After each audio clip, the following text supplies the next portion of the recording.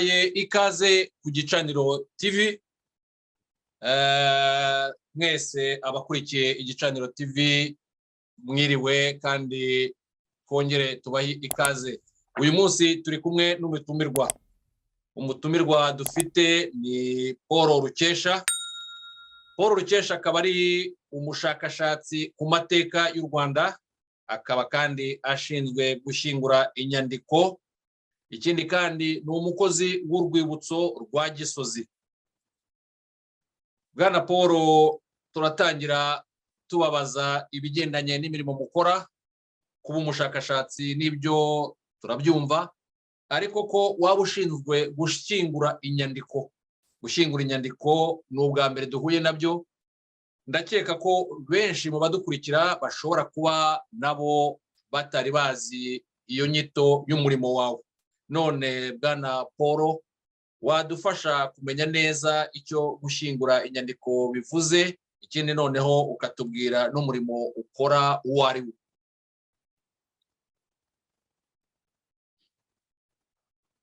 Murakoze cyane Jide. Ndasuhuza abantu bose badukurikira ku Gicaniro. Gushyingura inyandiko ubwo wenda nuko byashyizwe mu Kinyarwanda, ariko ubundi ni archivage. Ni archivage y'inyandiko, amajwi n'amashusho, ni audiovisuel. Ariko nyine iyo abantu bakoresha Ikinyarwanda ngira ngo niko babivuga, gushyingura inyandiko mu buryo gushyingura inyandiko, gushyingura amajwi n'amashusho, byose tukaba tubikora hano ku Gisozi kuri Kigali Genocide Memorial. Ariko nagira ngo mbabwire ko ubundi nkorera umuryango witwa Aegis Trust. Ni umuryango w'Abongereza, ukaba ari nawo ukurikirana imikorere y'urwibutso umunsi ku munsi ku bufatanye na Leta y'u Rwanda. Ukaba waratangiye gukora ku mugaragaro mu 2004.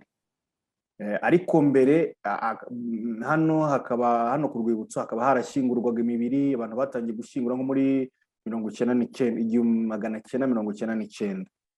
Nyuma rero nibwo mize yatangiye gusurwa, ndetse Genocide Archive of Rwanda ari bwo bushyinguro nyine bw'inyandiko, aribwo twatangiye gukusanya ibimenyetso by'amateka y'u Rwanda ariko arebana na Jenoside. Ubwo twavuga dufite ibinyamakuru nka za Kangura byandikwaga, dufite za Nyiramacibiri, dufite Le Tribun du Peuple, tukagira ibinyamakuru Umurwanashyaka, tukagira Isibo, noneho tukagira za Dialogue. Ibyo byose ni abantu bagendaga batuzanira, ndetse tubikura hirya no hino.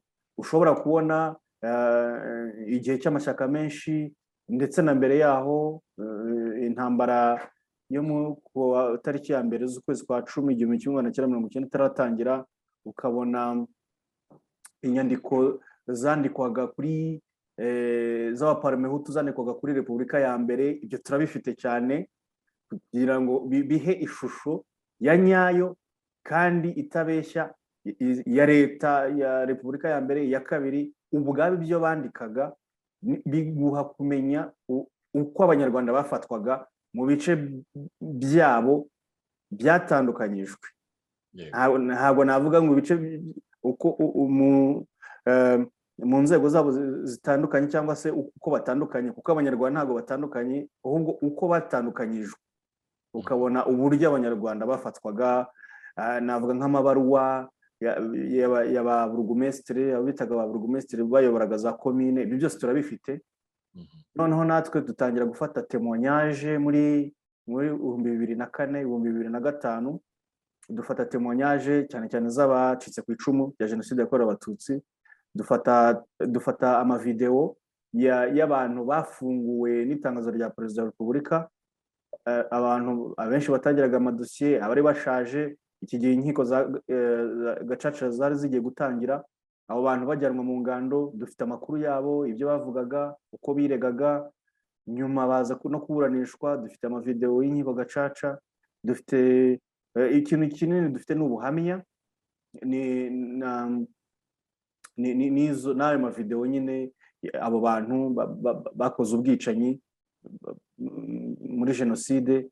Tukagira n'andi mateka, tukagira abantu, amafoto y'abantu bahunguka ari benshi, tukagira amafoto, dufite n'amafoto menshi y'abashyitsi, tukagira ama speeches, tukagira ibiganiro by'abantu. Ibyo byose turabibika kugira ngo bikoreshwe mu kwigisha, mu kwigisha muri rusange, ariko noneho twebwe nk'ibintu dukora twigishe n'amahoro. Ubu hano dukorera dufite na departement ya education, ariko education cyane yibanda ku kwigisha amahoro arambye. Nayo ubwo wenda ndaza kuyivugaho cyane birambuye, reka maze musubize ijambo. Urakoze Paul. Kubyo wenda uvuze ko ukorera umuryango Aegis Trust. Aegis Trust akaba ari umuryango w'Abongereza, akaba ari bo bafite urwo rwibutso aho ngaho. Birumvikana ko nyine icyo kigo cyanyu urwibutso ndumva kigenga, ndumva ntabwo ari ikigo cya leta, niko bimeze? Ni ikigo cyigenga. Aba bantu ni abantu ni leta y'u Rwanda yasanze bafite ubunararibonye mu gukora ku nzibutso, kuko ni nabo batangije urwibutso rwa Holocaust, jenoside yakorewe abayahudi mu Bwongereza mu 2000. Batangira nabo kwigisha bahereye ku byago byabaye, ariko noneho bakigisha ineza, bakigisha amahoro. Babikora mu Bwongereza, leta y'u Rwanda ibona birakunze, kandi nabo ni abantu bakunze u Rwanda, ntabwo ari abantu baje bakorera amafaranga. Baje nabo bashaka kugira aho bageza isi bakoresheje inkuru yo mu Rwanda, bakoresheje amateka y'u Rwanda, ariko bakavuga bati reka tubikoreshe turebe ko natwe hari ibuye twashyira mu kubaka isi nziza izira amakimbirane. Akaba ariyo mpamvu bagiye no muri ubu bari no muri ubu turi muri Centrafrica, Repubulika ya Centrafrica, tukaba naho twigishayo amahoro. Ni umuryango rero wigenga, bya bindi bita mu Cyongereza non-governmental organizations. Okay. Hariho ikindi wigeze kuvuga, uretse ko wenda byo wabivuze nyine mu byo mufite by'inyandiko, amafoto, ubuhamya, birimo za videos mwagiye mukusanya, n'ibindi bimenyetso byinshi mwagiye mubona. Ariko se aho muri mize yanyu ku Gisozi, uretse ibirebana n'ibyo wenda ushinzwe by'inyandiko, hariho ibindi bikoresho cyangwa ibindi bintu mufite? Ni ukuvuga ngo umuntu utaragera ku Gisozi, utaragera muri mize yanyu, aramutse ahageze yareba kumuhamiriza koko ibyabaye mu Rwanda mu 1994. Usibye ibyo dufite, urabona ubundi mize yacu navuga yuko irimo ibice nka 2, ariko ubwo nabyo buri gice kikagira nacyo ibindi bice birimo. Navuga hari igice, hari aho hashyinguye imibiri igera mu 250 y'abantu bazize jenoside yakorewe Abatutsi. Iyo akaba ari imibiri y'abantu bo muri Kigali, baguye muri Kigali. Ntabwo ari abanyakigali gusa, ahubwo ni abantu bose baguye i Kigali, kuko hari abantu nk'uko ubizi ko abantu bagendaga bahunga bagira bate, hari abantu bazaga muri Kigali bavuga bati wenda tuzahakirira, hari abo byafatiye bari muri Kigali. Abo bantu bose bari bashyinguye hano. Noneho hakaba na mize noneho twavuga wenda navuga ko ari imurikabikorwa nka exhibition. Exhibition iri aho winjira tukakwereka video, tukabanza tukakubwira urwibutso muri video ukayireba, noneho ukagenda usura ukurikije amateka, ugasura igice cya mbere amateka y'u Rwanda, kuko buriya jenoside yakorewe Abatutsi ifitanye isano n'amateka y'u Rwanda, nyine iva mu mateka y'u Rwanda. Noneho tukakwereka uburyo abanyarwanda bari babanye mbere y'ubukoloni, tukakwereka mu bukoroni uburyo abanyarwanda bitekerezaga ubwabo nuko n'icyo bari cyo, uburyo abakoroni babihinduye. Noneho abanyarwanda binyuze mu mashuri, binyuze muri Kiliziya Gatolika, abanyarwanda bagatangira noneho kwibona mu yindi shusho. Abanyarwanda batangira kumenya ko bavuye ahantu hatandukanye. Abanyarwanda batangira gutekereza ati bamwe bavuye muri Ethiopia, abandi batangira kwemera yuko bavuye muri za Chad na za Cameroon, abandi batangira gutekereza yuko ahubwo abantu bari bari kumwe ari abanyamahanga, abandi batangira gutekereza. Ibyo byose tugenda tubikwereka n'uburyo byakozwe n'inyandiko zibyemeza. Noneho tukakwereka n'ikindi gice cya nyuma nyine u Rwanda rumaze kubona ubwigenge, icyo nakwita ubwigenge, uburyo noneho leta zabyitwayemo, politiki abafashe ubutegetsi bagendeyeho, ibyo byose tukabikwereka. Noneho tukaza noneho no ubwo ugenda usura utembera muri iryo murikabikorwa, ugenda utembera ureba n'amashusho manini aherekejwe n'inyuguti, ukareba n'amafoto. Noneho tukajyana n'igice cya mize kikwereka abana, uburyo abana bishwe, abana tukakwereka ibyo bakundaga, uko bishwe n'intwaro bicishijwe. Noneho nibwo dushobora kukwereka, dufite iyo archive yacu, ubwo iyo shyinguranyandiko, aho inyandiko zishyinguye, ubushyinguro bw'inyandiko n'amashusho n'amajwi, hari aho tubifite noneho bifatika. Hari inzu yabyo yabugenewe yubatswe ku buryo bwa gihanga, harimo n'ubukonje bwabugenewe kugira ngo amafoto atangirika, kugira ngo amakasete ya kera atangirika, aguma ariho, noneho azajya akoreshwa, ahindurwe mu ikoranabuhanga, ashyirwe ku mbuga nkoranyambaga ndetse n'izi za website zindi. Noneho ubwo tukagira ntuza archive nyine digital, iyi ngiyi ubona ukoresheje ikoranabuhanga, tukagira n'iyo ngiyi ifatika ushobora gufatisha intoki. Aho ngaho rero niho dufite n'ibintu nk'ingufuri n'umunyururu, wenda n'urugero byazirikishijwe abatutsi igihe bicwaga. Ibyo ngibyo tukabifata, imiheto, imipanga yagiye ikurwa ahantu abantu biciwe. Ibyo akaba ari ibintu bibitse, mu cyongereza byitwa artifacts. Tukagira inkota zicishije, matela yashyizwemo umuhungu n'umufiance we, barabazingazinga barabatwika. Ariko ngira ngo matela, dufite ingufuri babazirikishije ngo nibapfane. Ingufuri n'umunyururu nibyo dufite.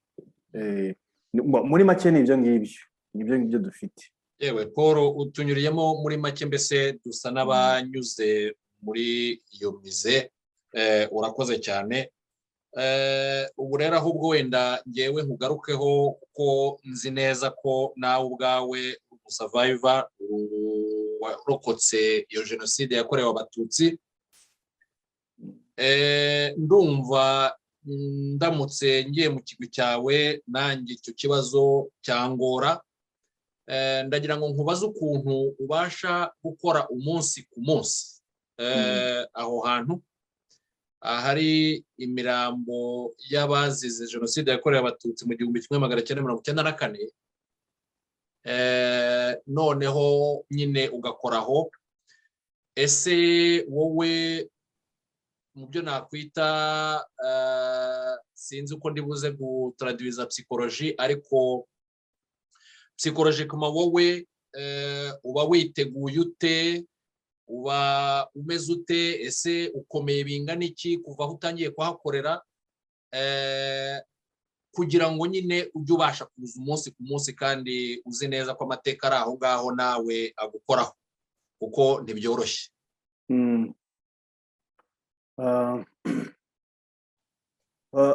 Mbere yo kugisubiza, nkoherereje nkoherereje umurongo ushobora kurebaho article nanditse ijyanye n'uko dukora ako kazi ka archive ndetse n'iki kibazo ngiye gusubiza kirimo n'igisubizo ngiye kuguha kiri muri iyo article yasohotse mu gitabo cyitwa ngo Media and Mass Atrocity, the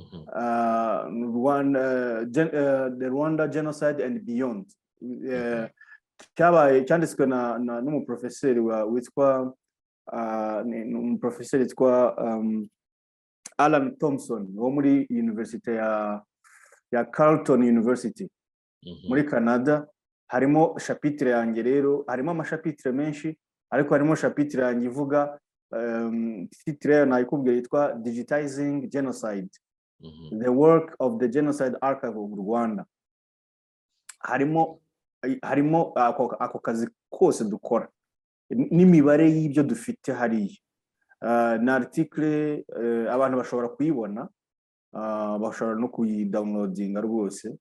Abadukurikira niba murimo mwumva ibyo avuga, murebe amazina y'icyo gitabo, hanyuma ubwo muzarebe neza ibyo avuga birimo igisubizo ngira ngo no mu magambo make ndibuze ko ndaza kuvuga yuko aka kazi gena natangiye hano muri 2010. Gusabe gato wigire hejuru gato, turimo turabona noneho umutwe gw'Yesia. Okay. Natangiye muri 2010. Ntago byoroshye kuko ndi mu bantu banafasha ubuhamya bw'abantu butandukanye. Ni ibintu rero bitaba byoroshye gufata amakuru y'umuntu wumva ibye akenshi ukabigira ibyawe, cyane cyane nk'abarokotse jenoside yakorewe Abatutsi. Nakoze témoignage zirenze nk'ijana, ndetse n'andi makategori n'abantu bagiye mu bwicanyi nabo narababajije, nabo nakoze nk'izirenze 50.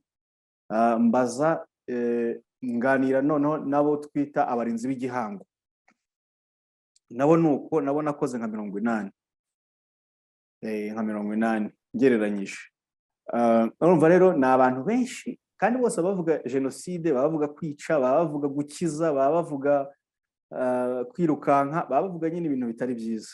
Ibyo bintu rero byose biraza bikakujyamo, ariko ku bw'amahirwe iki kigo dukorera baje kumva ingorane duhura nazo, badushakira abantu ba counseling n'aba psychologists bajya baza hano.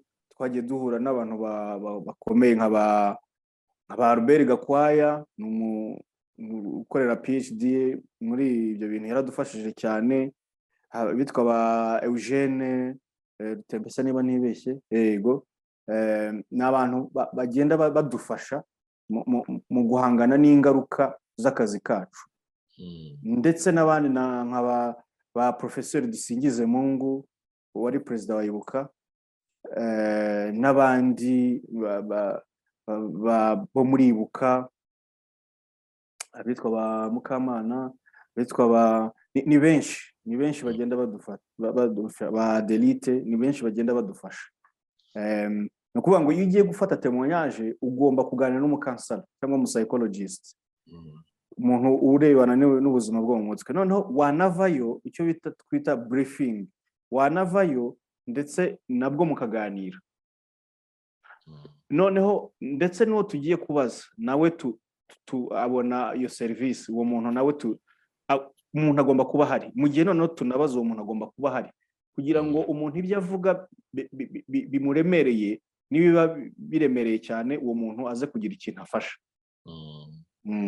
Mbese ubwo aramutse avuze inkuru ye ikamugeraho ingaruka, akagira ikibazo cy'ihahamuka, hariho umuntu wamufite ushobora guhita mutabara. Yego. Nk'uko ubizi rero, habayeho ubwo mbese ubwo natinze aho ngaho gatoya kugira ngo abatwumva baze kumenya neza urwibutso, kuko ndahamya neza ko n'abaruturiye aho za Kigali hari benshi batarahagera, hari benshi batazi ibyo ari byo, bitewe n'uko hari abatagira amatsiko, hari abafite ikibazo cyo kumva aho hantu kuhajya byabagiraho ingaruka. Hariho byinshi bituma umuntu atajyayo, ariko hariho n'abadasobanukirwa gusa bakaba bari aho kandi bahanyura buri munsi. Niyo mpamvu mbese nsa n'uwahatinzeho gatoya kugira ngo abatwumva noneho babyumve. Ikindi kandi Igicaniro TV n'ijwi rya diaspora, hariho benshi bagera mu Rwanda bavuye muri diaspora ariko ntibabone umwanya wo kuhagera, cyane cyane ko baba batabifite muri gahunda. Ikindi kandi abaza muri diaspora bavuye muri diaspora baza bafite n'umwanya mutoya. Niyo mpamvu ubu mba nabaye ijwi ryabo babarize. Habayeho mu bihe bishize abantu bavuze ibintu ni nk'imvugo nyandagazi, aho bagize bati leta iracuruza imibiri y'abacu hariya ku Gisozi, bagomba kuba ahubwo barakoresheje amagufa, ibintu bidashoboka bidakwiye kumvuga bityo. Noneho bavuga ko kuba bari aho ngaho bashyinguwe aho ngaho bakaba barabyise bityo. Bwana Paul, mwebwe muba aho ngaho umunsi ku munsi, mwebwe mukorera icyo kigo kandi muzi ukuntu aho hantu hubashywe, muzi ukuntu aho hantu niyo uhasuye mu by'ukuri nta kugurisha nk'ibyo bavuze bihari. Ndagira ngo ugire icyo tubwira kuri icyo kintu, twumva uko bimeze mbese n'icyo basubiza abavuga batyo. Urakoze cyane. Biriya twabifashe nk'ibintu byo gusebanya, ni ibintu ni abantu barwanira inyungu zabo za politiki, ariko urabona ko muri iyi minsi abantu bafite inyungu zabo za politiki, zo gukina politiki, ariko bakanyura muri jenoside bakayivugaho, bayipfobya, bayihakana, bavuga ko mbega buri kintu cyose gishobora gutoneka abarokotse jenoside yakorewe Abatutsi ndetse no gutoneka Abanyarwanda muri rusange. Kuko uko mbibona, bariya abantu bo bibwira yuko hari abantu babakurikira, ariko mu by'ukuri ntabwo abantu babakurikira. Akenshi ubona ko umwe araterura akabivuga, akavuga ko ngo abantu ngo bagurisha ngo imibiri y'abacu, ariko ntabwo ari byo. Ubwo umuntu ubwo muzungu uwo mubiri yawugura kugira ngo awukoreshe iki? Ntacyo. Ahubwo hano ni ahantu ho kwigira. Kuza hano nagira ngo mbonereho mvuge yuko ni n'ubuntu. Buriya hari abantu bazi ko no kwinjira hano ari ugutanga amafaranga. Nta mafaranga. Waza guhera saa 2 buri minsi yose, no ku Cyumweru no ku Gatandatu. Waza kuva kuwa mbere kugera ku Cyumweru, guhera saa 2 kugeza saa 10. Ukaza ukanahirirwa, nta muntu ukwishyuza. Ahubwo ariko dufite na cafe, ariko iyo cafe umuntu uyikoresha arangura amajyani, arangura amata kugira ngo wowe wenda wabona cafe. Nk'icyo ngicyo wenda azagura cafe ayinywe. Ubwo iyo cafe ntabwo azayigurira umuntu wo ku Gisozi. Noneho biba binanditseho ko n'amafaranga yunguka muri iyo cafe, ayo mafaranga ajya mu gufasha abacitse, mu bikorwa byo gufasha abacitse ku icumu, icyo bita social enterprise. Hari abantu benshi twagiye tunafasha, hari abana benshi twarihiye Minervale na n'ubu bigikomeza, ndetse n'abakozi twebwe dufite ukuntu twiyemeje kujya dufasha, dushyira muri icyo kigega cyitwa social enterprise, kugira ngo dufashe abacitse ku icumu batishoboye, cyane cyane nk'abantu mu midugudu hariya za Kimironko. Hari abo twagiye dusanira amazu uko twishoboye natwe, uko ubushobozi bubonetse muri iyo saleri yacu, hanyuma tukabafasha koko. N'ibikorwa byo kwigisha hano dufite, nakubwira yuko nta n'amafaranga, nta n'imisoro ya leta iza hamwe. Nakubwira yuko dufite abaterankunga. Abaterankunga nk'ubu ngubu turi gufashwa na ikigo cyitwa SIDA, Swedish International Development Agency. Ni ikigo cy'iterambere gifasha iterambere cy'abanyasuwede. Tukongera tugafashwa n'Ababiligi. na ambasade y'Ababiligi nayo yaradufashije byibura navuga ko imyaka 3 uhereye ubu ngubu. Abasuwede we badufashije imyaka 4 uhereye ubu ngubu.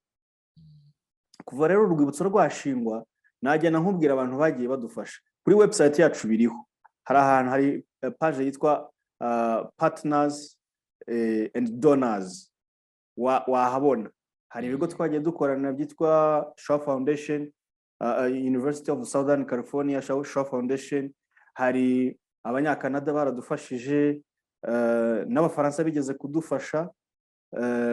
Mbega tugenda tugira abantu badufasha muri ibyo bikorwa. Kubera iki? Kubera yuko abantu bakunda gahunda zacu, bakunda mission yacu ariyo yo kwibuka, memory preservation, ndetse no kwigisha, cyane cyane kwigisha urubyiruko. Ubu iki gikorwa cyo kwigisha amahoro gituma abantu benshi bakitabira, ndetse abantu bamwe barifuza no ko gahunda yacu twigisha, tugenda twigisha mu mashuri. Ubu turiho twigisha, ubu n'ejo bundi ubu twatangiye kwigisha abari kwigira kuzaba abarimu biga hariya kuri iriya University of Rwanda, iriya College of Education iri Rukara. Ubu twatangiye kubigisha amahoro arambye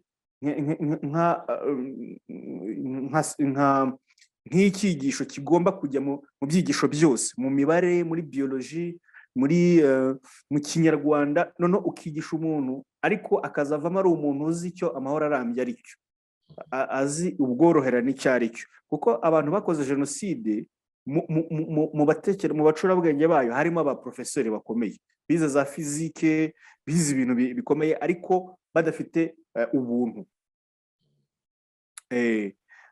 Ibyo kintu rero nicyo dushaka gushingiraho cyane. Umuntu akaba yarize ari umudokiteri ariko azi n'umuntu icyo ari cyo, ubumuntu icyo ari cyo, ubuntu icyo ari cyo. Ndumva ari ibyo ngibyo. Ntabwo izo ni inyungu za politiki, ariko yayindi iciriritse, kugira ngo abantu bashyushye imitwe gusa, abanyarwanda bongere, abacitse ku icumu badasobanukiwe bavuga ati nibyo koko abantu baratugurisha, ariko ntibabaze se uwo muntu ntabisobanura ati bagushe mu buhe buryo, ntabisobanure. Uburyo umuntu yabashije gusobanura ikintu abantu banamukurikira, ariko umuntu aragenda agafata icyo kintu akakijugunya hariya. Noneho abantu baba bari mu kabari, abari mu muhanda, mu isoko, bakavuga ati uzi ko ari byo koko, ati do abantu barabutugurisha. Yanakubona wenda unahakora utwaye imodoka ati haha ubona hariya na magufwa y'abantu bacu. Ariko uwo muntu ntasobanukirwe akamaro k'aho hantu, ntasobanukirwe ahubwo ko yagakwiye kuhasura ngo yige amateka, kuko ni amateka ya buri munyarwanda wese, ntabwo ari abacitse ku icumu gusa. Abantu nicyo bibeshye. Ngibi rero ibyo igicaniro twiyemeje ni ukujya tugaragaza ukuri kandi gufite gihamya, tugatanga amakuru ya nyayo, tugatanga amakuru mbese avuye nko mu bantu nka Paul Rukesha baba bafite amakuru y'aho bakora, noneho ashobora kuvuguruza ibyo abantu baba baraje bakajugunya aho ngaho koko nk'uko wari ubivuze. Urakoze cyane Bwana Rukesha kutubwira mbese cyangwa kudutembereza muri icyo kigo. Noneho nk'uko ubizi turi mu cyumweru mbese turimo twibuka Holocaust yakorewe abayahudi, ni ukuvuga ngo jenoside yakorewe abayahudi.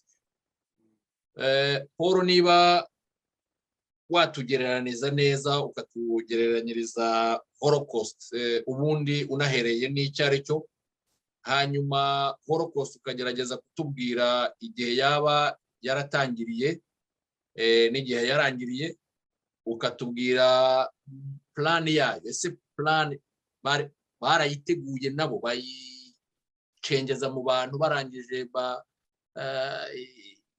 iraba nk'uko babyifuzaga? Ese imbarutso yabaye iyihe? Noneho ujya ugenda unabigereranya na jenoside yakorewe abatutsi mu Rwanda, kuko ngira ngo urabona ko turabura amezi make ngo n'ubundi twinjire mu gihe cyo kwibuka.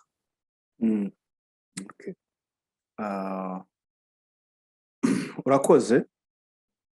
kuri holocaust navuga yuko naho nagize amahirwe yo kuyikoraho kubera abantu byane nakubwiye abantu abafatanyabikorwa bacu harimo abantu bakora kuri holocaust.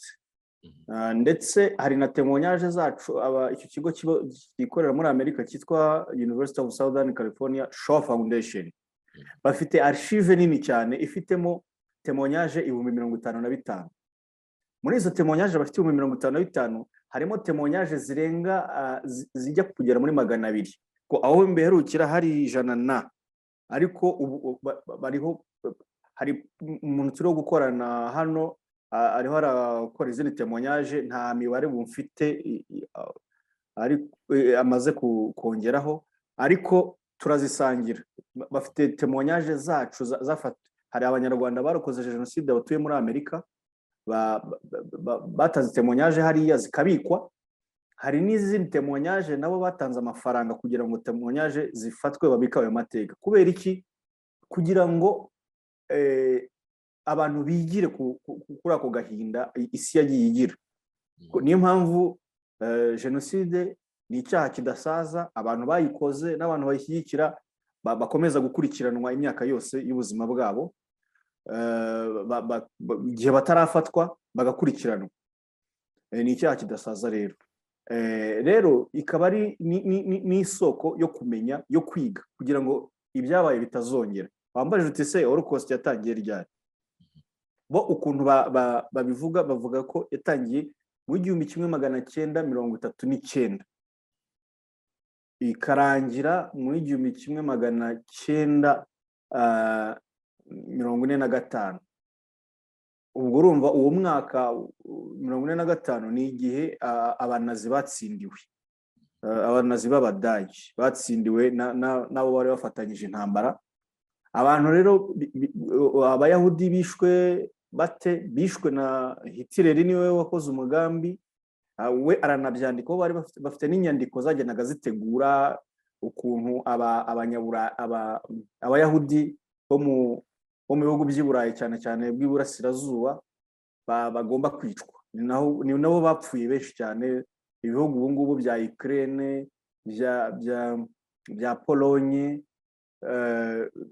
bya Czech Republic, biriya byose biriya bihugu byakuyemo abayahudi benshi cyane. Pourcentage nini y'abayahudi bishwe, kandi noneho bicwa ku rwego ruri industriel, ku rwego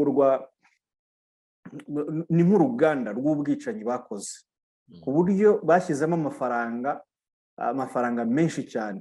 Bashyiramo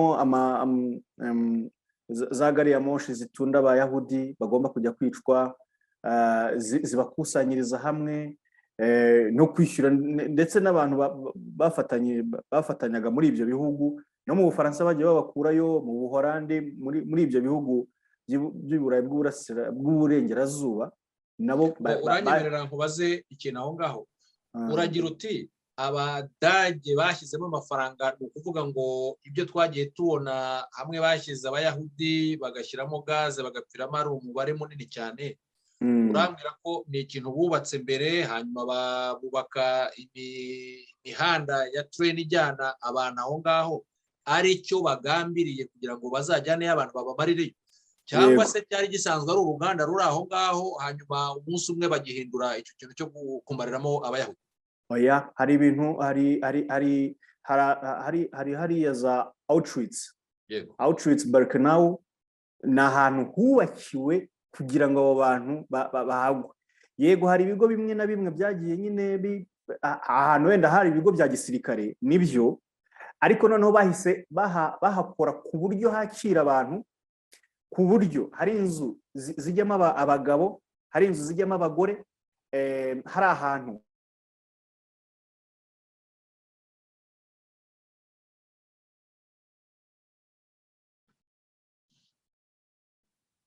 mu Budage bakajya kuyikoramo amatapi. Noneho abafite amenyo ya zahabu, abafite mbega ikintu cyose cy'agaciro. Ni ukuvuga ngo bajyaga kwica umuntu babanje kumukuraho ikintu cyose cy'agaciro, babanje kubaka imitungo yabo, ibintu bamanikaga mu nzu, amatablo, zahabu bafite, amafaranga bafite, bakabikusanyiriza hamwe. Noneho bagerayo bakavuga bati wowe wenda n'ufite urugingo kwa kundi bagushyiramo tije, bakabanza kuyikuramo, bagakuramo iryinyo, niba ari iryinyo rya zahabu ufite bakarikuramo, bakabogosha. Bagombaga kubogosha iyo misatsi kandi ntipfe ubusa, iyo misatsi igakoreshwa. Hanyuma bagahita bakuramo noneho abantu bazi gukora, bafite ibyo bashoboye, ariko akenshi bafite imirimo y'ingufu, bashoboye imirimo nko kubaza, gusudira, gukora mu nganda. Abo bantu bicwaga nyuma kubera ko bagombaga kubanza gukora, bagakora cyane, ariko cyane. Abagore bakajya ukwabo, abagore nabo bakabanza bakarebamo abagore nabo bashobora gukora, bakabanza bagakora, bakubaka ibigo byo gukora forced labor. Bagomba gukora imirimo y'ingufu mbere yo kwicwa. Hanyuma rero bahimba uburyo bwo kugira ngo bice abantu benshi bashoboka, kuko babonaga ntabwo kubarasa ntabwo byabamara, kuko bashaka gukora igisubizo cya nyuma, icyo bise solution finale, the final solution of the Jewish problem, niko bavugaga. Urumva, bagombaga kumaraho umuyahudi ku isi hose. Ni ukuvuga ngo uyu mudage aramuka atsinze, ntabwo byari guherera aho ngaho gusa. N'abayahudi bari muri Amerika bagombaga gushaka ukuntu bicwa.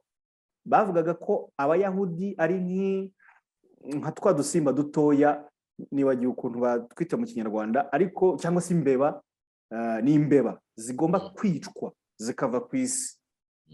Bavuga ko ibibazo isi ifite n'abayahudi barimo. Si abayahudi gusa bishwe, ndaza gusobanura impamvu bo bavuga ko ari jenoside, ariko abandi bapfuye muri iyo ntambara ya kabiri isi yose itangira. Intambara ya kabiri yatangiye mu 1939, yego nabivuze, irangira muri 1945. Bavugaga yuko rero n'abandi bantu bafite uburwayi bavukanye, abantu bameze bavukanye ubumuga, nabo bagomba kwicwa. Ubundi abadage bavugaga ko aribo baturage beza ku isi, bakomeye, bazi ubwenge, noneho abandi bakagenda babacamo ibyiciro. Abantu rero bafite ikibazo, abantu b'ibibyarirane nabo bagapfa, bakabica. Hanyuma bica n'abandi bantu. Ibibyarirane ngira ngo wabisobanura abantu bakumva ibyo ari byo. Ni nk'abantu wenda navuga nk'abirabura babyaranye n'abazungu.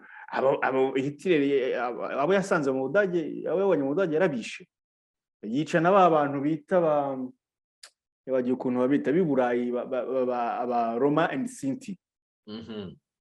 Aba Roma and Sinti murabona bafite aho mu bihugu byanyu, Abongereza, mu Bufaransa barahari. Ni abantu bameze nk'abibera mu mihanda. Abo bantu nabo ntabwo yabashakaga, yarabishe. Abandi bantu yishe ni abahamya ba Yehova, nawe yarabishe cyane, ntabwo yabashakaga. Abandi bantu ngira ngo yishe ni abaryamana bahuje ibitsina, nawe yarabishe. Yashaka kwica abo bantu bose. Ariko impamvu rero abayahudi bo yabakoreye plan rwose, n'inyandiko zirahari, bakamuha na report, bakavuga ngo mu Bubiligi hakusanyijwe abayahudi bangana batya, boherejwe ahangaha, bazagezwaho bicirwa Auschwitz uyu munsi uyu n'uyu. Urumva icyo kintu? Yabonaga report umunsi ku munsi, uko abayahudi abasigaye ni bangahe, abishwe ni bangahe, ku buryo ntabwo byakomeye no gucira imanza abantu bakoze ubwo bwicanyi. Nta nubwo bikomera, kubera yuko izo nyandiko zirahari, abasirikare be bari barimo, cyangwa ishyaka rye ry'abanazi, aba SS. Wigeze kumbwira rero ngo ngende ngereranya na jenoside yakorewe Abatutsi. Bifite byinshi bihuje. Icya mbere, propagande no kubanza kwangisha abantu abandi, gufata abantu ubwoko, cyangwa se abantu bahaye ubwoko nko mu Rwanda ubwoko bagafata abatutsi, abahutu, abatwa bakabigira ubwoko muri terme za etini cyangwa rase, bakabyemeza abo bantu ko ari rase itandukanye n'izindi, kandi mu by'ukuri abanyarwanda atari ko babifataga, bakabishyira mu mategeko, urumva, ndetse n'aba bantu no mu mashuri bakareba identity. Ni ukuvuga ngo hari dokima iranga wa muntu, iyo dokima igomba kuba ihari. Buriya identity abantu benshi mu bitabo barabivuga, na ba Dr Bizimana barabivuga, identity nacyo ni igikoresho cy'ubwicanyi. Buriya cyabaye igikoresho cyane cyane byagaragaye muri jenoside. Urabona ko muri jenoside umuntu, hari n'amavideo bigaragaza, barebaga identity, umuhutu komeza, umututsi sigara ahangaha. Ubwo urumva nawe icyo bamukoreshaga ni ukumwica. N'imibiri myinshi twagiye dushyingura, uhita ubona uko abantu bagiye bapfa n'ama identity yabo, usibye yuko hari aho abicanyi bajyaga kwica, bageze aho bashaka kujya bagaragaza abantu bishe, noneho bakabanza kwaka indangamuntu abantu bagiye kwica. Abatutsi koko bagasigara aho ngaho, ariko bakanazibaka, ntibazisigarane mu myenda, no igihe bari bube bapfuye bagiye kubajugunya bakazisigarana. Hari igihe nanone, buriya hari ikintu nanone abantu bakwiye gukoraho ubushakashatsi. Hari igihe bazaga mu muryango bashaka ko uwo muryango uzima, ariko n'identite, kugira ngo izo identite nazo zijugunywe, bazisigarane, ariko yitwa ko uwo muntu atigeze abaho. N'abantu wenda tuvuge iyo baramuka batsinze intambara bari abajenosideri, ni ukuvuga ngo abo bantu ntabwo bari kuvuga ko babayeho, kubera ko nta cyangombwa kibigaragaza. Nta n'umuntu wari kubavuga mu basigaye mu Rwanda bari kuvuga ngo kanaka ngo yari ariho. Oya, bashaka no guhanagura abo bantu bamaze kugira ubwoko bwihariye muri sanse ya rase cyangwa etini. Kandi rase na etini ni abantu baba bihariye, bafite ururimi rwabo, bafite imico yabo. Oro mu Rwanda ntabibaho, ariko bo barabihimbye. Ababiligi barabihimbye ku nyungu zabo, abagiye ku butegetsi, basigiye ubutegetsi n'ababiligi barabikomeza, bazi ko aribyo bizabafasha kuguma ku butegetsi igihe kirekire. Nicyo ngicyo rero bashakaga. Rero mbigereranyije, ni iryo gutegura abantu, kandi mu ibanga rikomeye cyane. Abayahudi bo, Hitler ko yari afite ubutegetsi, yagendaga afata n'ibice na bimwe yasigaga inyandiko, ariko abanyarwanda bo ahantu aho ngaho nta byatandukanira. Abanyarwanda bari bakoze jenoside no mu magambo, bafite amagambo bakoreshaga, babandi ngo wenda tujye gukora, wenda icyo kintu gukora, tuzakora. Gukora ubundi ni gukora umurimo uguha amafaranga, ariko gukora bo ni ururimi rwabo rwo kuvuga ngo kujya kwica, kwica abatutsi. Bakavuga kubohoza abakobwa, kubohoza abagore. Bari bafite ururimi bakoresha kuva icyo gihe cyose, muri za 1991, 1992, ndetse baje no abasirikare bakomeye baje no kuvuga umwanzi uwo ari we. Umwanzi bavuga ko ari umututsi, ibyo barabivuga. Urumva ni kuri Repubulika ya kabiri. Kuri Repubulika ya mbere ho, Kayibanda yari yamavuze yuko abatutsi ari abanyamahanga.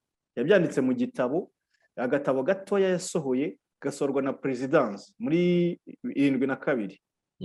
Yavuga ko abatutsi ari abanyamahanga bo n'ababiligi. Ubwo ni propaganda ashaka gukoresha, yerekana yuko Gahutu yabangamiwe, ari we nyiri igihugu.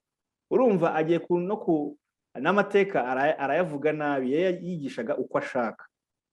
Akavuga ko igihugu cyabo cyajemo abo bantu babimukira batagiraga igihugu, niko avuga, ngo baje ari abashumba, ariko ntavuga ukuntu bafashe abo bantu benshi nyamwinshi, ntavuga ukuntu babafashe, ntabisobanure. Niyo tekinike rero inagaruka muri ba bantu barwanira ubutegetsi ubu ngubu, cyangwa se bakina politike, bakubita ikintu hari ariko ntibagisobanure, kuko nta gisobanuro baba bafite. Ntago bafasha gusobanura kubera ko nta gisobanuro baba bafite. Wenda nkomereje aho ngaho rero, abayahudi bo bakoresheje intwaro ziteye imbere koko, bakoresheje abaprofeseri bakomeye bahimbye umuti ushobora gushyira nko mu cyumba kimwe mu minota 20 abantu 700 bakaba barapfuye. Yewe ubihumetse cyangwa ubihumetse. Bababwiraga ko barabanzaga bakabambura bakababwira ngo bajye gukora dushe, abo bantu bakabafata, hari icyumba cy'abagore, abagabo, abana, bakagenda babashyira bakorezamo abantu 700 bagafunga. Noneho iki cyumba cyabaga gifite ahantu hapfumuye hejuru, aho bo bakavuga ko ari isabune baza kurekura kugira ngo amazi n'ahandi ngo haza kuva isabune hanyuma ngo bakarabe. Okay, none icyo cyumba kikaba gifite aho winjirira, ariko aho usohokera uraza gusohoka uri umurambo. Urumva ukuntu bimeze? Ni ukuvuga ngo bagashyiramo abantu 700, abantu 700 bagahita bavuga ati okay, mwuzuye, bagahita bavuga bati tugiye kumanura amazi. Amazi rero nta yandi, ni wa muti bamanuraga. Ni gaz, ni gaz toxique, ni gaz yica. Ya gaz yamara kubica bagategereza iminota 20 byabaga birangiye, babandi 700 bamaze gupfa. Bagahita abo hirya habaga hari abantu bahita babakuramo, bahita bapakira imirambo, bagahita bajya kuyishyira muri hari n'abandi basyaga abana. Hari aho nagiye kuhasura, hari aho abana babatwitse, hari izindi produit bakoreshaga bagatwika abana, noneho ivu bakagira ikintu cy'ikidendezi bakagenda bashyiramo ivu. Mbega bashakaga ibintu bikoranye ubuhanga bwari burigezweho icyo gihe, kandi bizazimangatanya ibimenyetso cyane. Hakagira noneho ya mirambo, noneho hakagira gari ya moshi nanone izifata ikazijyana ahandi kuzitwika kugira ngo ibyo bintu n'amagufwa bitazagaragara.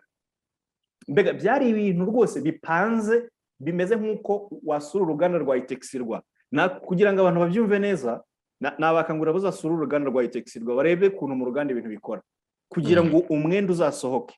Hari aho baterera amarangi, hari aho bashyiriramo, bavanga indodo, kuva ku ndodo kugira umwenda urangira. Niko rero babikoraga kuva abantu bakinjira kugeza bapfa. Abantu bagakora umunsi, hari n'abantu barinda izo nganda z'urupfu. Noneho abayahudi babakoreyeho n'igerageza abana bafite wenda b'impanga. Hari umuprofeseri witwa Mengele yabakoreyeho ibintu bibi cyane. Yabakoreyeho ubushakashatsi, akajya batera imiti kugira ngo arebe ububabare uko bugenda, arebe wenda asaba abantu ko mbega arebe ko uwo muti we uburyo uri bukore, kandi akabikora ubwo bushakashatsi, akabakora ubushakashatsi atabasabye uruhushya, atanabateye ikinya, kugira ngo arebe niba n'ububabare niba bari bubushobore, aho ububabare bushobora kugera. Yakoze ibintu bibi cyane rero uwo muntu, ariko n'abaganga bacu bakoze jenoside, urabazi, bagenda bafata mu Bufaransa. Hari n'abantu bicaga, hari ahantu bisha abatutsi, baravuga ngo reka barebe ko, ngo reka babateme barebe ko bava amaraso, ngo batava amata, kubera ko ngo babazi gukunda amata, ngo reka turebe ko bava amata, ngo batava amaraso. Babakiniyeho cyane. Ngira ngo hari abantu banditse n'ibitabo n'ubuhamya bw'abantu bugenda bibivuga. Hari n'ahantu bagiye barya imitima yabo muri za Cyato, aho ngaho za Nyamasheke, muri za Sake byabayeho, kurya no kunywa amaraso yabo kugira ngo amaraso atazabakurikirana. Ni abantu mbega bagize umwanya wo gusohora ibibi by'abantu, ibibi bya muntu byose.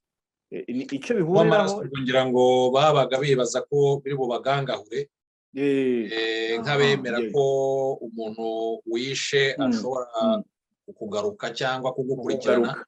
ibyo barabikoze amaraso akibaza ngo ubwo biramugangahuye nta kibazo azagira. Ibyo barabikoze. Noneho rero ni mu ntwaro zicishijwe zakoresheje muri jenoside yakorewe abatutsi, harimo bo bakoresheje intwaro za gakondo cyane. Ikindi kandi ni uko abayahudi bo babategetse kwambara inyenyeri y'umuhondo. Hitler aravuga ati mwambare inyenyeri y'umuhondo. Ikindi kandi bakavuga umuyahudi uwo ari we, bakagenda bakagera no ku muntu wabyawe n'umuyahudi. Mu Rwanda ho baravugaga ngo wenda abana bavutse ku bagabo b'abahutu, abagore ari abatutsi, bo ntabwo babicaga.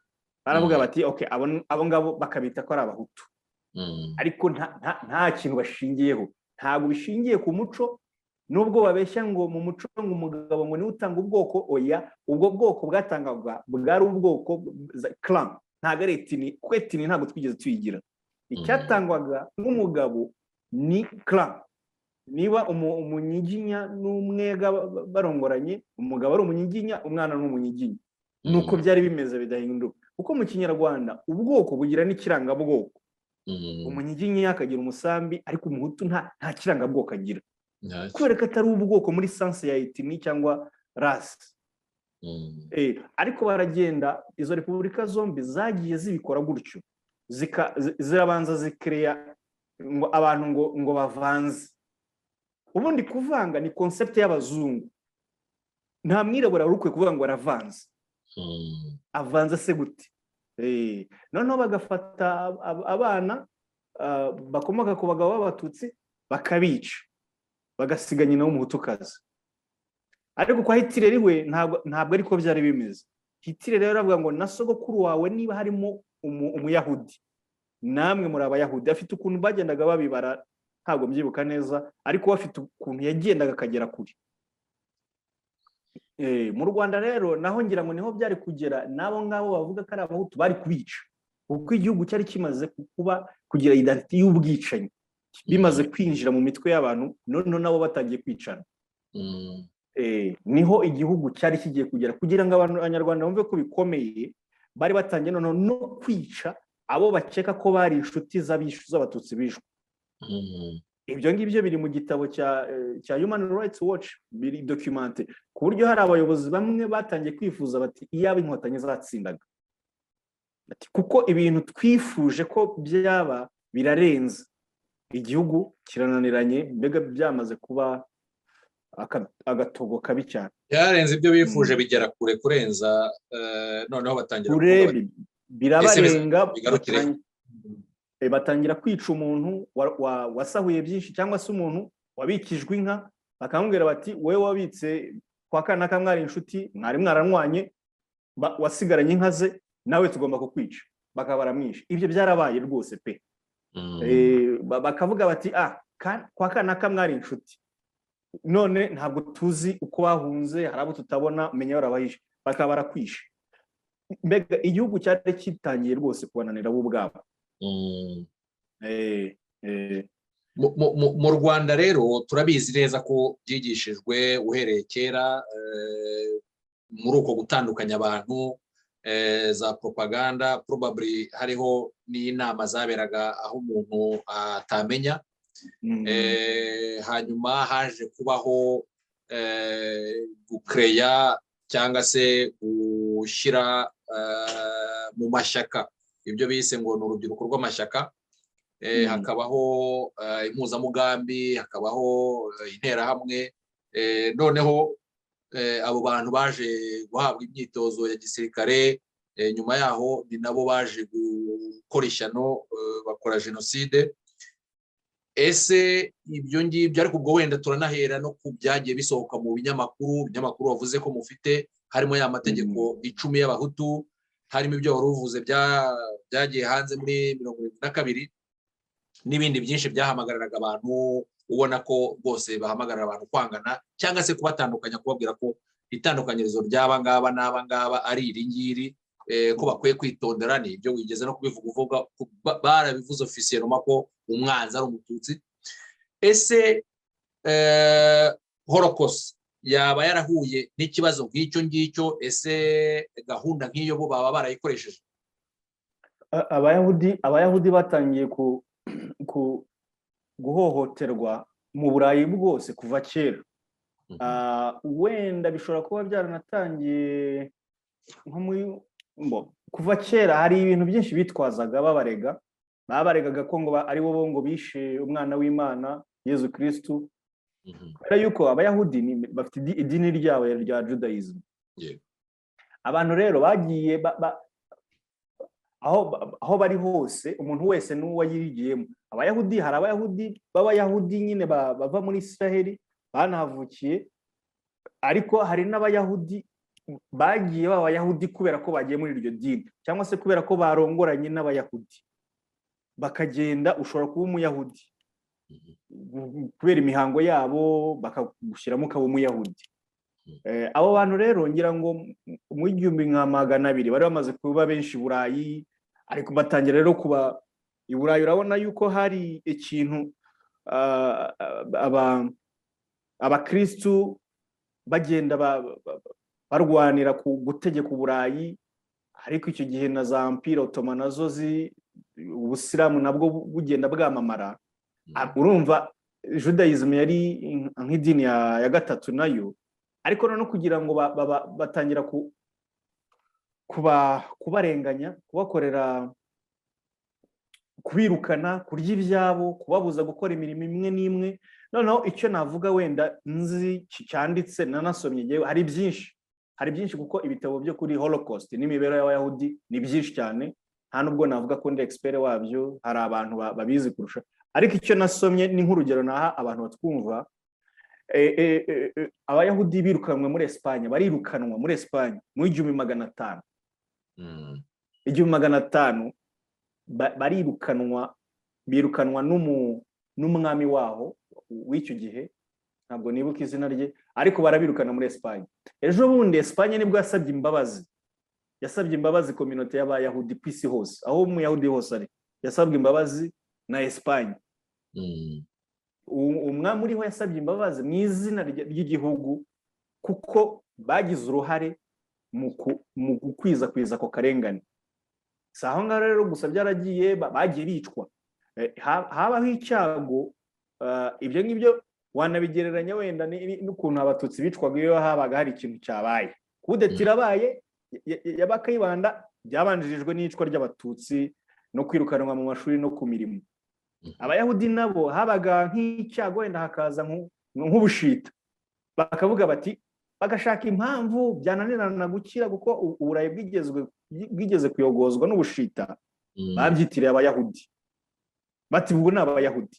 Icyo gihe bakicwa koko ye nk'Abayahudi bo mu mujyi umwe, nk'uko bafata Abayahudi wenda bari muri Uganda, ukabica, bamwe bagahita bahungira mu Rwanda, wenda kuko mu Rwanda bashobora guhona agahenge. Naho bahungiye bakavuga ngo nta muyahudi wemerewe kugira ubutaka.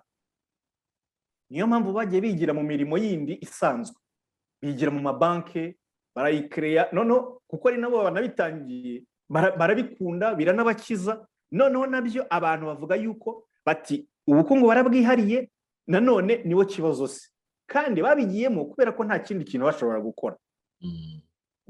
Bagombaga kwiga iyo mirimo nyine idasaba ubutaka, bakavuga gucuruza abakristo babifataga nk'ibintu bya shitani. Abayahudi babyigiramo, ibyo bintu bimeze nka rambere bakabikora kugira ngo babeho. Ntago babihimbye kubera ko bafite ubwenge buruta ubw'abandi, oya, babihimbye kubera ko kubura uko bagira. Kuko iyo umuntu abuze uko agira, afata umwana we nk'ibyo abatutsi bakoraga, babuze amashuri, abana bakajya kwiga muri Kongo cyangwa bakajya kwiga i Burundi, cyangwa se abandi bagashakirwa imirimo y'ubushoferi, abandi bakaba abarimu, abandi abakeya kubera na ya politike ngo yiringaniza, bamwe bakajya mu butegetsi, bakeya nabwo byo kwerekana nyine, ariko nabo ubona ari abantu bahora ijisho ribariho. Ariko bamwe byabananira bakigira hanze, bakajya gukorera hanze. Urumva ntabwo ikintu bahuje Abayahudi n'abiswa Abatutsi nuko mu bihugu barimo ntabwo bafatwaga nk'abanyagihugu. Noneho abo batutsi bo bari n'abanyarwanda ba gakondo kavukire baho ngaho, noneho bimwe uburenganzira mu gihugu cy'abasokuru babo. Na ba bantu babigishije, abazungu babigishije yuko ba bantu ntabwo bakomoka aho ngaho, bababwira ko badakomoka aho ngaho. Bo rero bakita ko bakomoka aho ngaho nk'aho ari ibiti byameze aho ngaho. Urumva icyo kintu? Urumva umuntu akakubwira ngo ngewe ngo ni gakondo. Hari n'akandi kantu kameze nk'akandi kantu nka password basigaye bakoresha ngo gakondo yacu. Urumva gakondo ni ukuvuga ngo wowe gakondo ijyana n'ikindi umuvantara. Wowe uri umuvantara, we ni gakondo. Urumva icyo kintu? Ni ya ideoloji y'umuzungu yamusigiye kumubwira ngo uriya yavuye hirya, yavuye muri Ethiopia, wowe uri wageze hano, ahubwo umenya wowe batanatekereza ko bahageze. Bashobora kuba batekereza ko baturutse mu butaka bw'aho ngaho. Urumva? Kuko yaba batekereza ko bavuye no muri Chad na Cameroon, nabo batuzi, bavuga ati natwe turabavantara, natwe twari wenda bakavuga bati twe twaje mbere. Ariko bo baravuga ngo ni nkaho ari igiti kimeza. Hari ibiti uri ugiye muri Nyungwe ushobora kuba gusanga hari igiti kimeza cyane gifite wenda imyaka nk'ibihumbi nka 5 cyangwa 8 cyangwa ibihumbi 100 no kugerana hejuru. Bo rero bifata nk'abantu bameze nk'ibiti, ntago ni ibiti. Urumva? Bakifata gutyo. Ni ideoloji y'Ababirigi ariko yaje gushyirwa mu ngiro no mu butegetsi na Parmehutu. Irayikuza, irayikuririza, iyisigira MRND. Muzehe Mugesera Antoine yigeze kubivuga ukuntu Habyarimana yongeye kwandika kandi kantu k'agatabo akagarura ideoloji ya Parmehutu ngo kugira ngo abana babyige. Abo rero baratsinzwe ku ruhembe rw'umuheto, ariko kubera yuko bumva ko ya ideoloji ishobora kumubiriza abantu benshi, bo niko batekereza, niyo barimo gukoresha inzira zose, aya macano yose avuga ibyo bintu, agasubira mu mateka akongera akayagoreka, bakavuga yuko abatutsi bahunze ubusa, bahunze demokarasi, bakavuga ibintu nk'ibyo, bakavuga bagashyigikira Parmehutu cyane, bakavuga ibyiza byayo. N'icyo kintu bakoresha. Ni ukuvuga ngo nta yindi politike bafite yo guteza imbere abanyarwanda. Ntabwo ushobora kumva bavuga bati ni buryo ki amazi meza yagera ku baturage ku mubare munini, ni buryo ki twabona umuriro. Wenda n'abavuga ngo bararwanya leta ntabwo bashobora kuvuga ngo ntabwo bashobora kuvuga bati politike wenda yo kubona amashanyarazi guverinoma ya Ngirente na Kagame ntabwo tuyemeye, twe dufite iyi ngiyi. Oya, ntabwo ari ibyo ngibyo.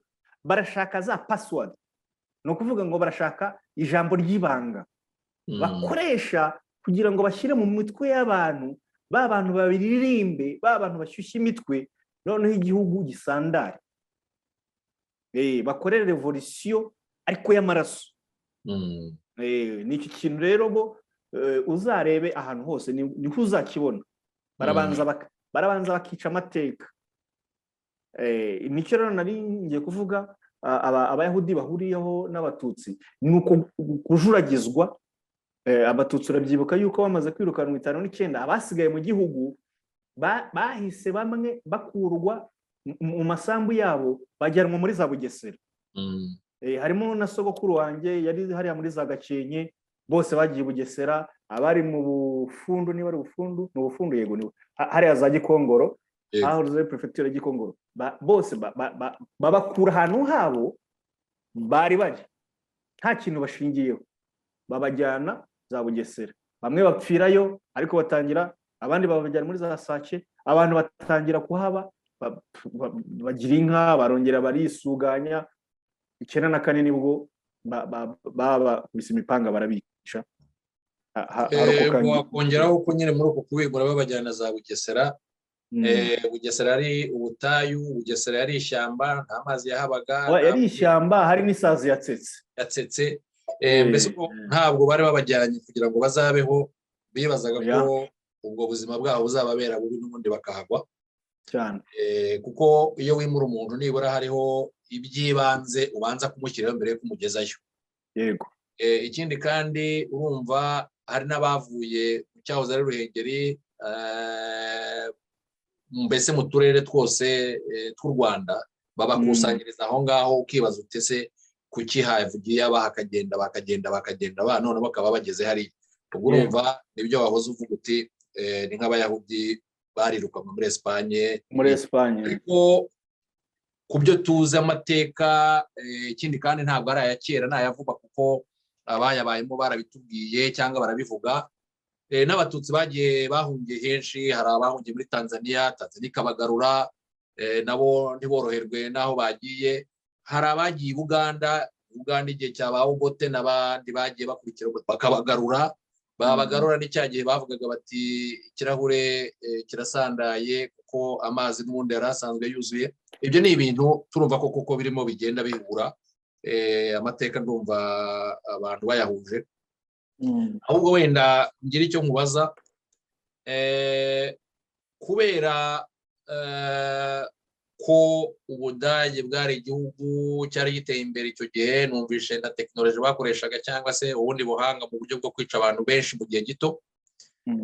Ese propagande twahuye nayo mu gihugu cy'u Rwanda mu gihe cya Jenoside yakorewe Abatutsi, igihe hashingwaga iradiyo ya RTL, haba hari igisa nk'icyo ngicyo cyaba cyarakozwe mu Budage mu buryo bwo kugira ngo barange abayahudi aho bari, cyangwa bavuga ibigomba kubakorerwa, cyangwa iki nk'uko RTL yagiye ibivuga? Yego. Hari video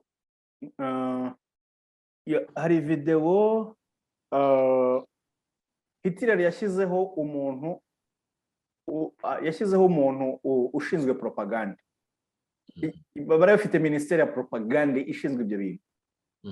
Noneho baza gukora filime ku Bayahudi. Iyo filime berekanamo n'imbeba babagereranya n'imbeba nyinshi cyane. Ariko noneho bavuga yuko iyo filime nibagiwe titre yayo, ariko mfite sinzi abantu bagukurikira niba bajya babona naguhanuza link ushobora kuza kurebaho, wayibasangiza filime ya Hitler. Ndetse no muri iyo filime, ntago filime natwe twakoze, ni filime twakoze ariko twifashisha amavideo yo kwa Hitler. Iyo filime muri ya archive y'Abadage, filime yabagereranyaga n'izo mbeba zigomba kwicwa, gupfa zikavaho, ku buryo Umudage, mu mutwe w'Umudage wese n'umuturage usanzwe yumva ko uwo muntu atari umuntu. Ni ukuvuga ngo iyo abantu ugiye kubica urabanza ukabagereranya n'udusimba dutoya. Ni ukuvuga ngo kuko Abayahudi ni imbeba zigomba kurangira kuvaho. Ko imbeba urabizi ko zitera n'indwara cyane, iyo zibaye nyinshi zigatera indwara, ibyorezo abantu bagapfa. Kugira ngo rero ubeho, za mbeba ugomba kuzica. Uzarebe n'ahantu hose mu nzu imbeba iricwa. Abatutsi ni inzoka. Kandi muri Jenoside hari umusirikare wambwiye ngo ziko ngo inzoka itabyara umuntu, ngo inzoka ibyara inzoka. Ni ukuvuga ngo inzoka ugomba kuyica n'umwana wayo ukayica. Urumva ukuntu bimeze? Yego. Kandi ugakubita ku mutwe kugira ngo itanabaho. Itaza kuzanzamuka. Abantu rero bakoreshaga n'amahiri cyane, byarabaryoheraga muri Jenoside, bagavuga bati reka tubamene imitwe. Izi nzoka ntabwo bavuga ko bica abantu. Ntabwo mu mutwe wabo ntabwo bari bafite ko barimo kwica bene wabo b'Abanyarwanda. Oya, ni inzoka. Kandi icyo kintu kikaba kiri mu mutwe n'umwana mutoya, nawe akaba yumva yuko ko umuntu ari inzoka. Wumvaga yuko n'inkotanyi bazita, nubwo zifite imbunda n'amasasu, bazitaga ko zifite imirizo. ni ukuvuga ngo abaturage kugira ngo batamenya ko ba bantu ari abantu nkabo, bafite imirizo ngo n'amatwi manini cyane. Noneho abaturage bakanahunga muri biriya bice by'intambara bakavamo bakagenda, kuko aravuga ati uretse wenda kuba hariho intambara yari yatangiye kubohoza igihugu, akaba yavuga ati noneho icyo kintu niba gifite umurizo kikaba gifite n'amatwi, ubanza cyanarya bisanzwe.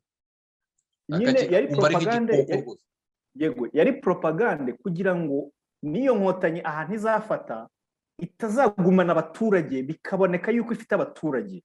Ni ukuvuga ngo ni ukuzaka abaturage bazitinye, ni mu mutwe, ni intambara yo mu mutwe. Ni nacyo bakoresheje 94 batsindwa, baragikoresheje kugira ngo inkotanyi zibura igihugu, zisigarane igihugu kirimo ubusa. Noneho bavuge bati reka tujyane abaturage. Inziro rero yavuze ageze i Kongo, yaravuze ati twe dufite abaturage bose bafite iki. Nicyo kintu yarasigaye yigamba ko afite abaturage. Urumva ni ukubafata bugwate, yabafasheho bugwate.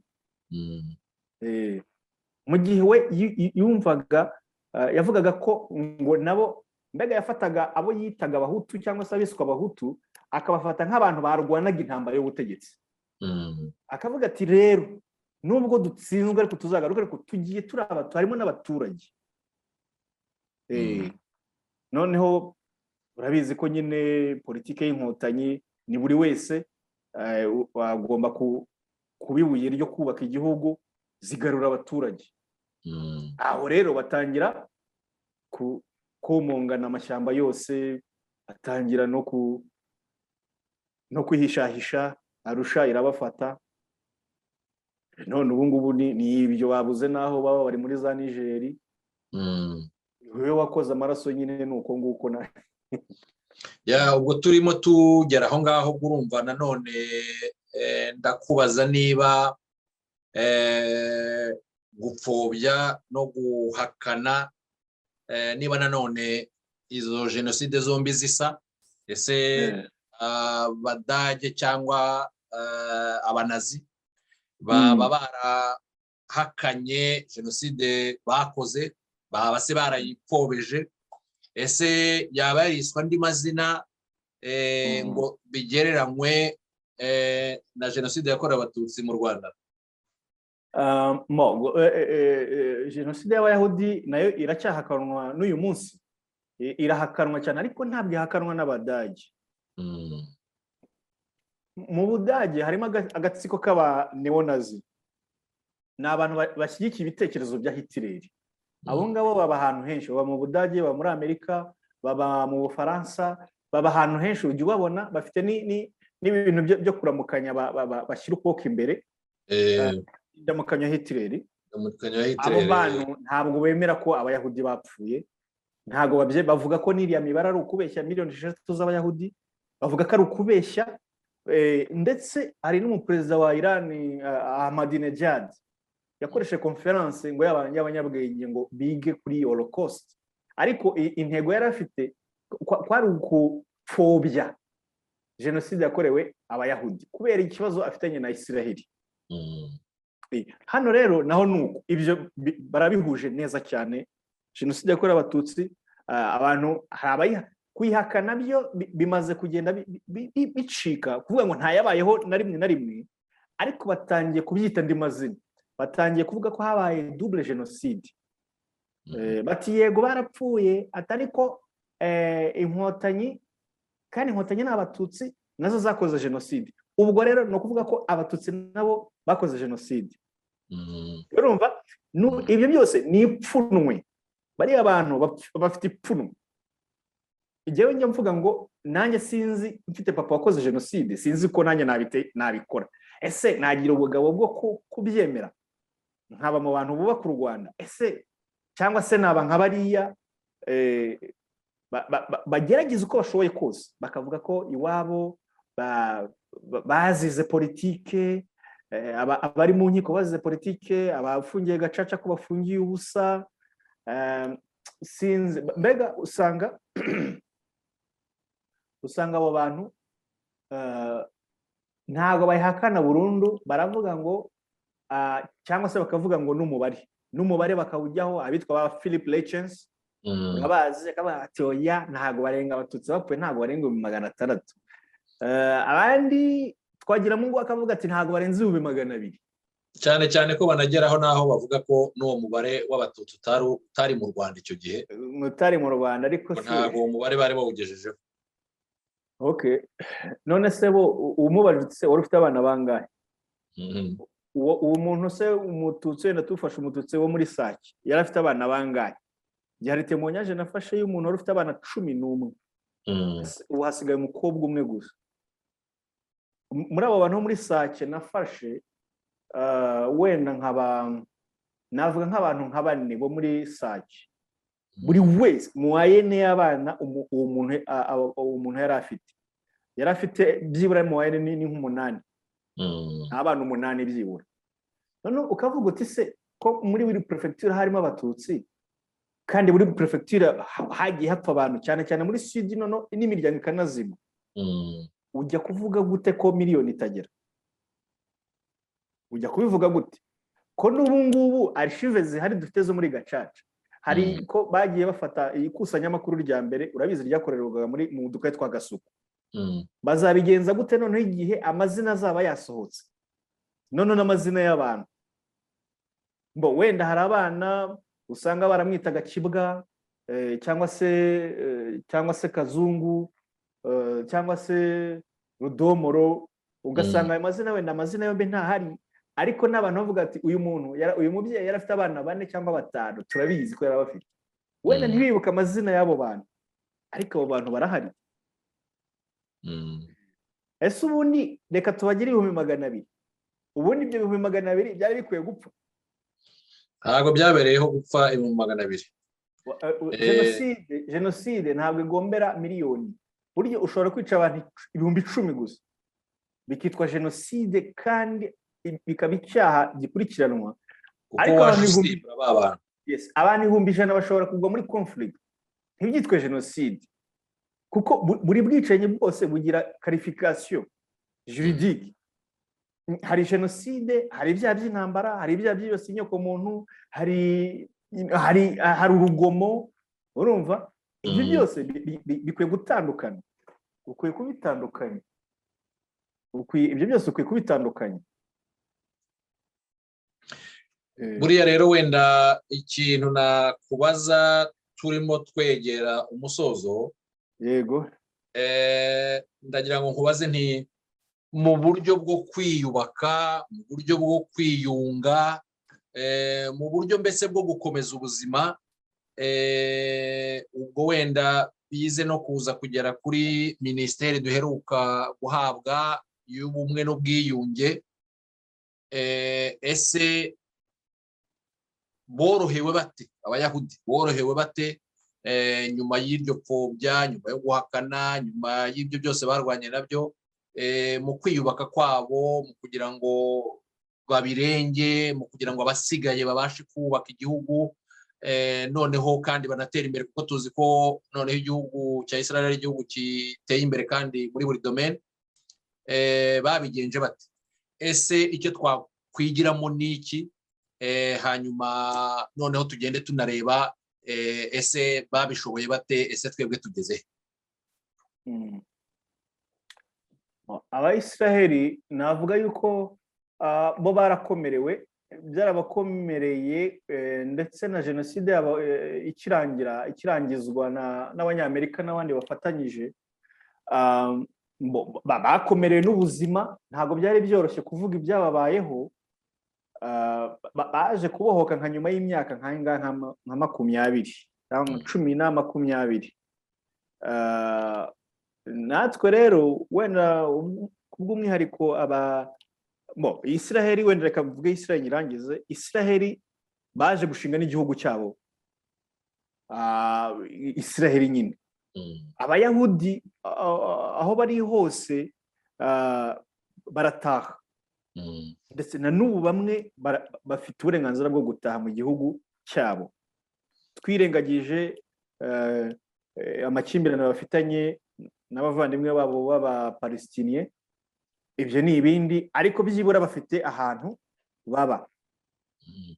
Na jenoside yabakorewe iremerwa, irigishwa, ndetse dushobora gukuramo amasomo. Nta n'ikibazo wavuga ngo wenda bafitanye, ntabwo babana n'abantu babiciye, ntabwo babana. Twe aho bikomereye ni uko abanyarwanda bishe abandi banyarwanda basangiye amaraso, basangiye umurage, basangiye byose, basangiye kubaho. Icyo kintu rero nicyo gisa naho cyakomereye leta y'u Rwanda yahagaritse jenoside, cyakomereye RPF yaje kujya muri leta, ayo leta dufite ubu ngubu, ni ukubanisha abo bantu, abantu bakoze jenoside, abantu bakorewe jenoside, imiryango yayo bashamikiyeho, abantu baturutse hanze. Urumva abo bantu bose ntitubyirengagiza, abo bantu bose bafite ibitekerezo bitandukanye. Ari abahunze kera baje nabo bishisha ba bantu basanze, bavuga bati bariya bantu ni abicanyi, ni nabo batwirukanye mu gihugu kwanza. Urumva baje mu by'ukuri nta rukundo bafitiye ba bantu. Noneho abaresikape nabo bakavuga bati bariya bantu ni abagome, twabana dute?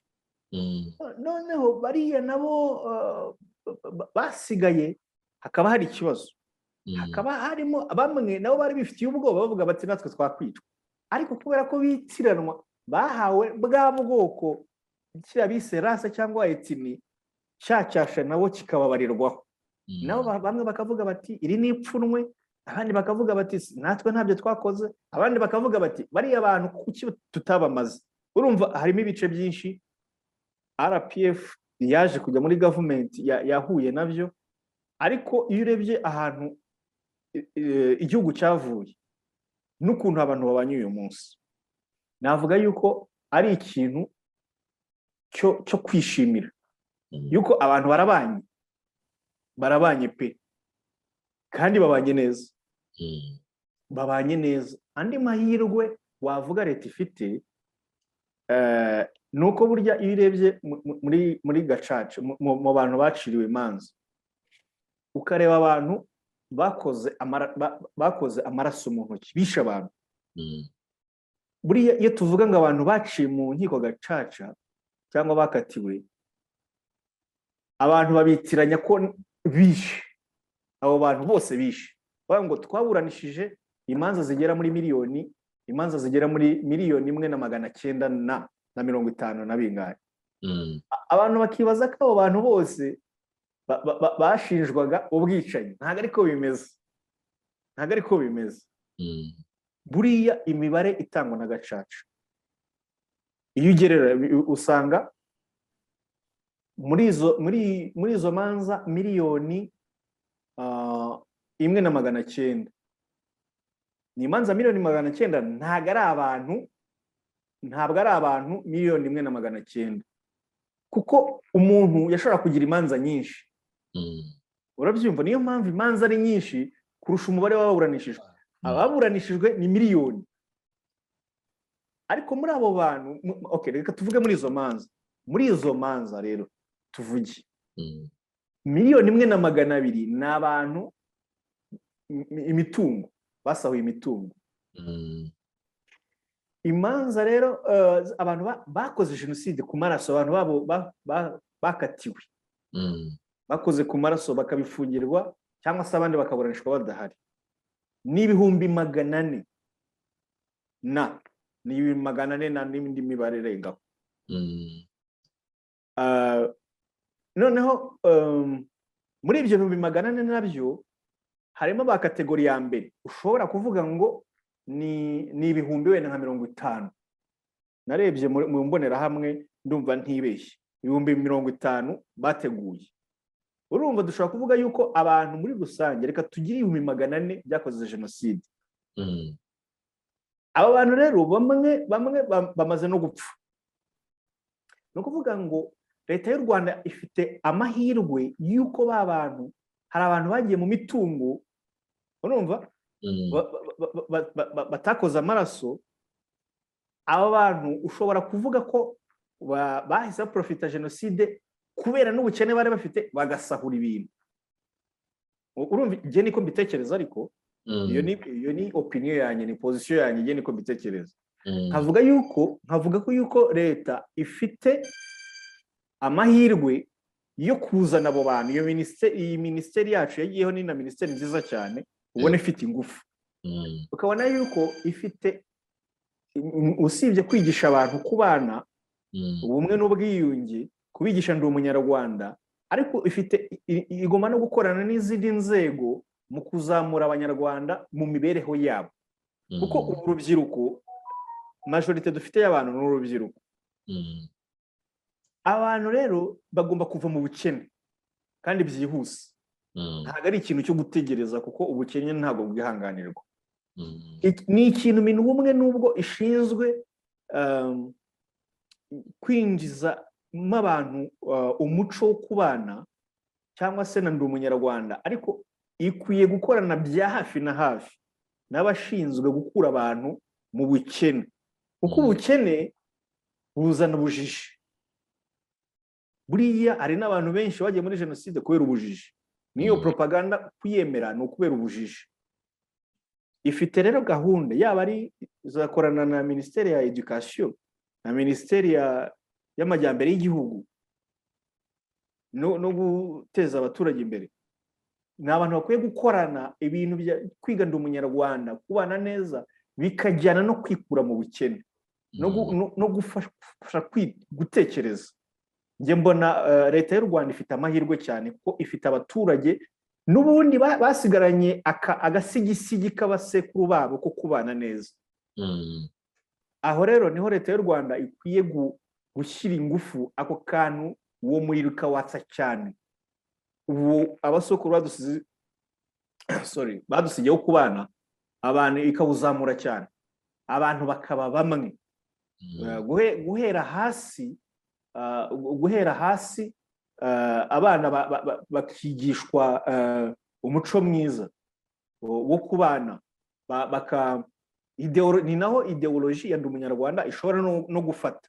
Kubera ko buriya ntabwo ushobora ideoloji ndi umunyarwanda, ntabwo kugira ngo uzaye umuntu w'imyaka 50, ni ibintu bikomeye pe.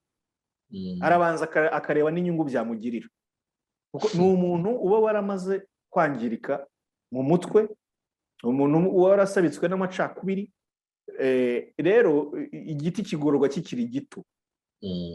Iriya minisiteri njye nyibona nka minisiteri ikwiye gukorana na za Mineduc cyane, ndetse na minisiteri y'umuco.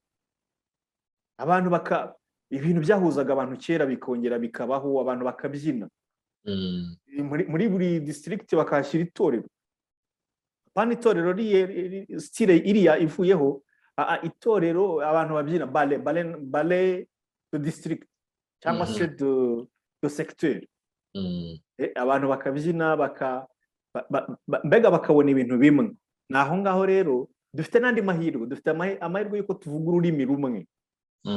Umuntu ashobora kuvuga ikintu kikumvikana mu burengerazuba, mu burasirazuba, mu majyepfo no mu majyaruguru. Yego. Ndumva turimo tugera ku musozo, gusa noneho wenda ndagusaba inama wabwira abatwumva mu buryo bwo kubana, mu buryo bwo koroherana. Nkawe ukora muri icyo kigo, wavuze ahubwo ko munafite n'abashinzwe inyigisho education, kugira ngo jenoside itazongera ukundi. Muri ibi bihugu by'i Burayi habayeho guhatana cyane kw'abayahudi kugira ngo ibi bihugu bishyire muri curriculum zabo ibyabaye mu gihugu cyabo, histoire yabo. Noneho hano rwose umwana mu kwiga ariga, akazahura n'iryo somo akaryiga, akamenya ko icyo kintu cyabaye kandi ko atari cyiza. Twe rero wenda ntabwo turagera kuri urwo rwego, ariko se muri curriculum y'u Rwanda, ese mwebwe, sinzi niba ikigo cyanyu ari mwe nabibaza, haba hariho imbaraga, haba hariho igikorana na minisiteri bireba kugira ngo ibyo bintu bijye muri curriculum, noneho abana babyige, biga histoire ya jenoside yakorewe abatutsi, noneho nabyo bizabe kuvuga tuti ntibizaba ukundi. Reka nze nkigusubize, reka mfate telefone yanjye gato nze nkigusubize. Yego.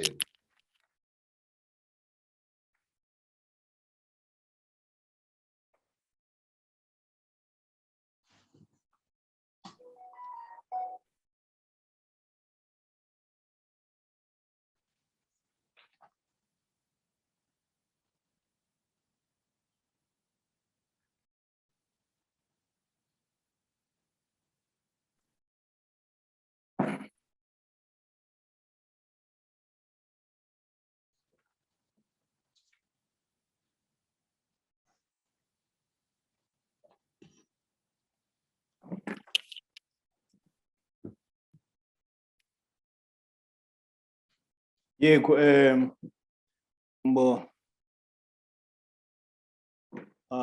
navuga yuko twe hano muri mbaje cya curriculum, kwigisha amahoro arambye deja byamaze kugera muri curriculum, ubufatanye bwa minisiteri y'uburezi n'ikigo cy'uburezi REB, Rwanda Education, ubu cyabaye Rwanda Based Education Board,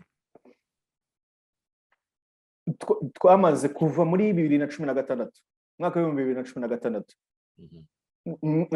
amahoro arambye, kwigisha amahoro arambye mu Cyongereza ni Peace and Values Education,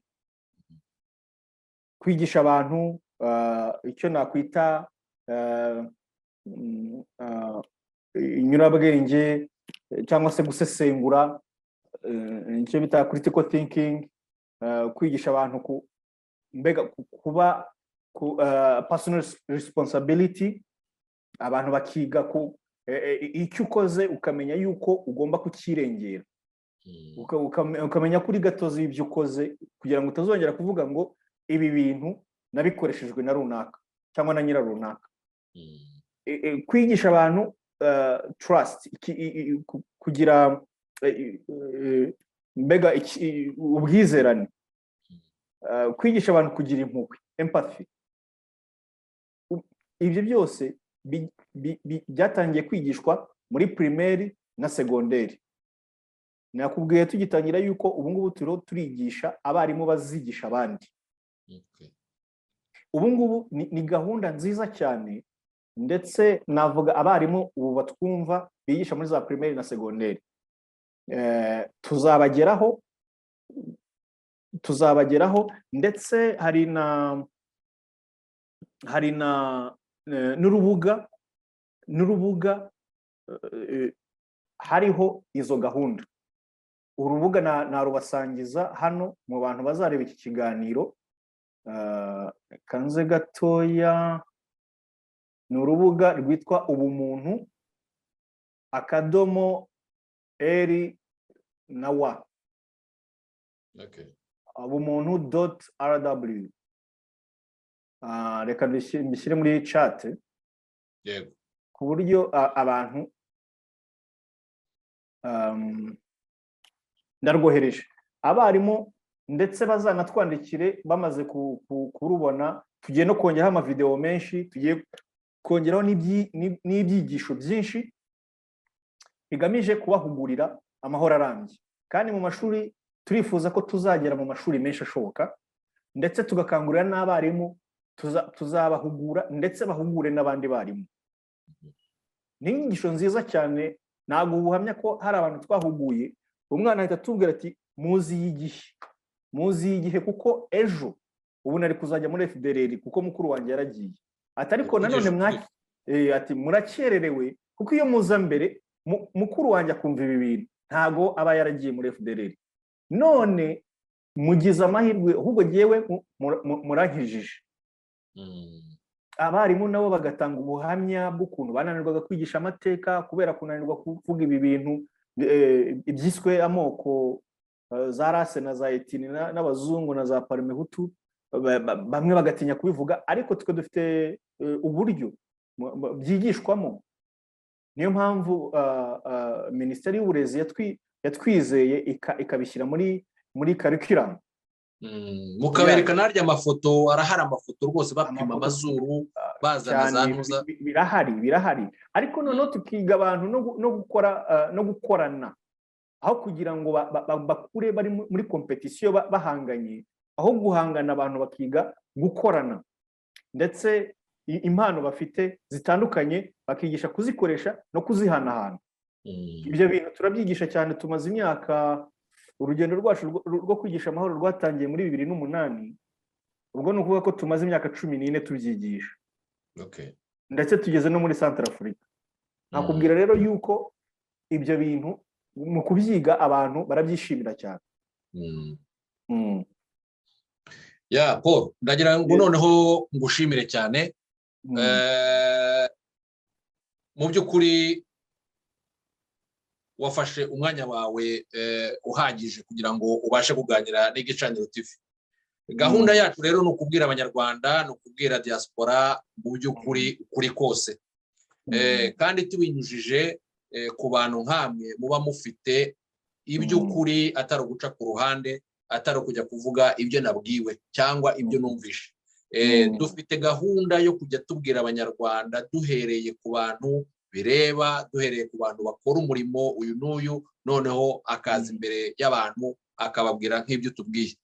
Paul Rukesha, nongere ngushimire cyane rwose, umwanya duhaye n'uw'agaciro. Urakoze cyane kandi ugire umunsi mwiza. Murakoze cyane namwe, aka kazi mukora ni keza cyane kandi ni iby'agaciro. Ahubwo uzategura n'ibindi biganiro byinshi, nanjye igihe nzaba mfite umwanya, igihe muzanyitabaza nzaba mpari. Urakoze cyane. Murakoze cyane, nshimiye n'ababashije kutureba kudukurikira. Murakoze.